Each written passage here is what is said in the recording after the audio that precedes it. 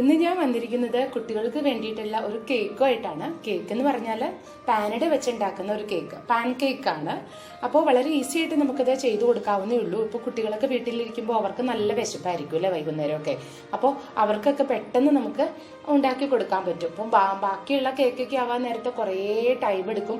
ഇതാവാൻ നേരത്ത് വളരെ പെട്ടെന്ന് തന്നെ നമുക്ക് ഉണ്ടാക്കി കൊടുക്കാൻ പറ്റും.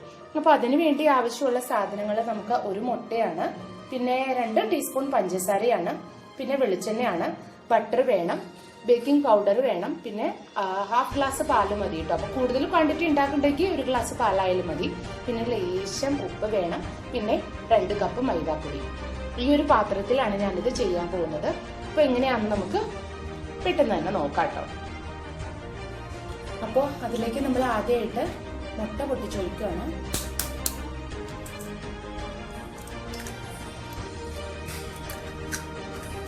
ഇനി നമ്മൾ ലേശം പഞ്ചസാര, അതിപ്പോൾ നമ്മൾ പറഞ്ഞ പോലെ 2 ടീസ്പൂൺ തന്നെ നമുക്ക് ഇതിലേക്ക് ചെയ്യാം കേട്ടോ. കുറച്ചും കൂടി ചേർക്കുകയാണ്.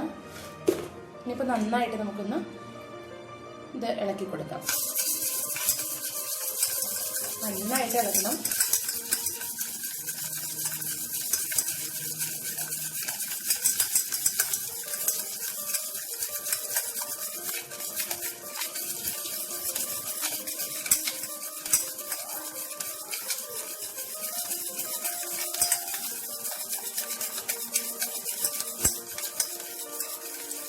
ഇതിലിപ്പോൾ നമ്മൾ പഞ്ചസാര പൊടിച്ചിട്ട് ചെയ്താലും കുഴപ്പമില്ല കേട്ടോ, അതല്ലാണ്ട് ചേർത്താലും കുഴപ്പമൊന്നുമില്ല. എന്തായാലും കഴിയുമ്പോൾ നമ്മൾ പഞ്ചസാരയൊക്കെ നന്നായിട്ട് അലിഞ്ഞോളും. ഇനി നമുക്ക് ഇതിൻ്റെ ഉള്ളിലേക്ക് മൈദയും കൂടെ ആഡ് ചെയ്യാം. മൈദ ഞാൻ നന്നായിട്ട് അരിച്ചു വച്ചിരിക്കുന്നതാണ്. ഇനിയിപ്പോൾ ഒന്നും കൂടെ നമുക്കൊന്ന് ഇളക്കി കൊടുക്കാം.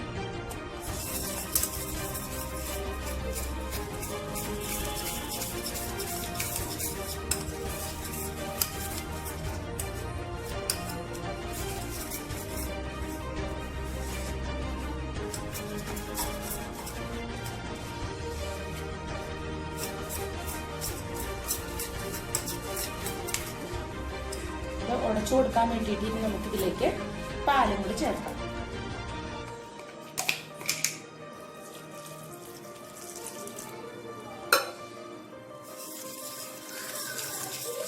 ഇനിയിപ്പോൾ കട്ടയൊക്കെ നന്നായിട്ട് ഉടച്ചു കൊടുക്കാം.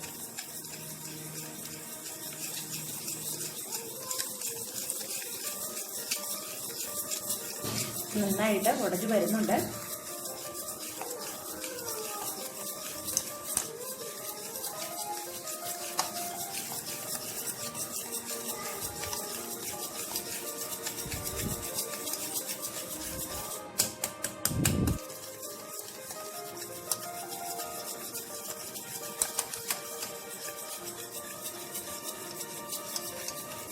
നമ്മൾ ദോശയൊക്കെ ഉണ്ടാക്കുന്ന ആ ഒരു ബാറ്റർ ഉണ്ടല്ലോ, ആ ഒരു ബാറ്ററിന്റെ ലെവലിലാണ് ഇത് വേണ്ടത്.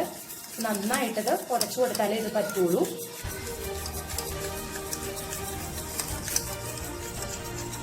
ഇനിയിപ്പോൾ നമുക്ക് ലേശം ഉപ്പ് കൂടി ചേർക്കാം.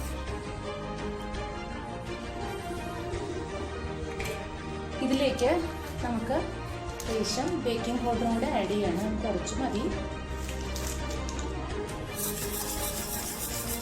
ഒന്നും കൂടെ ഒന്ന് ഇളക്കി കഴിഞ്ഞതിന് ശേഷം നമുക്ക് വെളിച്ചെണ്ണ ഇതിലേക്ക് ഒഴിക്കാം കേട്ടോ.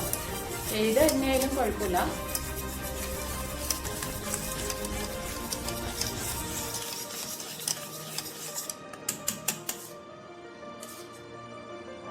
ഇനിയിപ്പോൾ നമുക്ക് ഇതിലേക്ക് വെളിച്ചെണ്ണ കൂടെ ആഡ് ചെയ്യാം.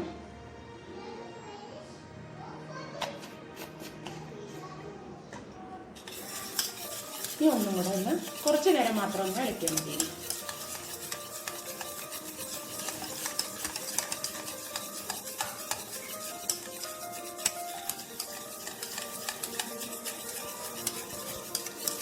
നന്നായിട്ട് ഇനി ഇളക്കി കഴിഞ്ഞതിന് ശേഷം നമുക്കിനി ഒരു 10-15 മിനിറ്റ് നന്നായിട്ട് ഇതിന് മാറ്റണം എന്നല്ല, കുറച്ച് നേരം ഒന്ന് മാറ്റി വെക്കണം, അടച്ചു വെക്കണം.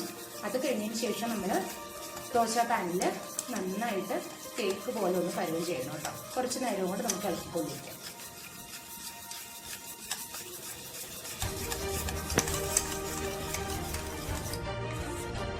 ഉണ്ടല്ലോ, നല്ല ക്രീമി പരുവായിട്ടുണ്ട്. അപ്പോൾ ഇതാണ് നമ്മുടെ ബാറ്ററിൻ്റെ ലെവല്. ഇത് നമുക്ക് കുറച്ച് നേരം ഒന്ന് മാറ്റാൻ വേണ്ടിയിട്ട് കുറച്ച് നേരം ഒന്ന് ഒരു 10-15 മിനിറ്റ് മാത്രം അടിച്ചു വെച്ചാൽ മതി കേട്ടോ. ഇങ്ങനെയാണ്. പിന്നെ നമുക്ക് 15 മിനിറ്റ്സ് കഴിഞ്ഞിട്ട് ചെയ്യാം. അപ്പോൾ 15 മിനിറ്റ് ആയിട്ടുണ്ട്. നമുക്ക് ബാറ്ററി ഇനിയിപ്പോൾ നോക്കാം.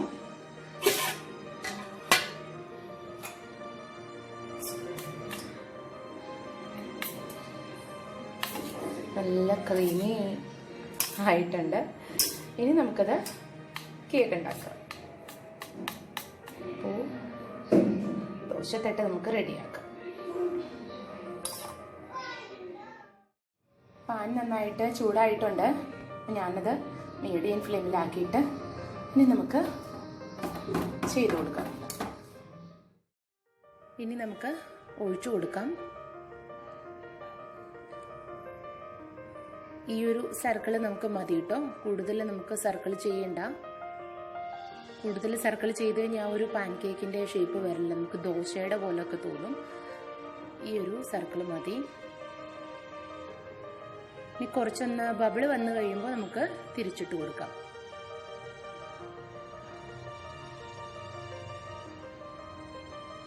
കണ്ടോ, ബബിൾ വന്നിട്ടുണ്ട്. അപ്പോൾ ഞാൻ തിരിച്ചിടാൻ പോവാണ്. നല്ല കളർ വന്നിട്ടുണ്ട്. ഇതാണ് പാൻ കേക്കിൻ്റെ ആക്ച്വൽ കളറ്. ഇതിൽ നമുക്ക് എന്താ പറയുക, ഈ കളറിൽ നിന്ന് കൂടുതൽ കൂടാനും പാടില്ല, കുറയാനും പാടില്ല. ഇത് ആക്ച്വൽ കളറാണ് പാൻ കേക്കിൻ്റെ. അപ്പോൾ ഇതുപോലെ തന്നെ നമുക്ക് ബാക്കിയെല്ലാം ചെയ്ത് കൊടുക്കാം. പിന്നെ ഞാനിത് എടുക്കുവാണ്. അങ്ങനെ നമ്മുടെ എല്ലാ പാൻ കേക്കും റെഡി ആയിട്ടുണ്ട്. ഇതാണ് ആക്ച്വൽ കളറും ആ ഒരു ഷേപ്പൊക്കെ വന്നിട്ടുണ്ട്. ഇതിലേക്ക് നമുക്കിനിയിപ്പോൾ ബട്ടർ ഇട്ട് കൊടുക്കാം.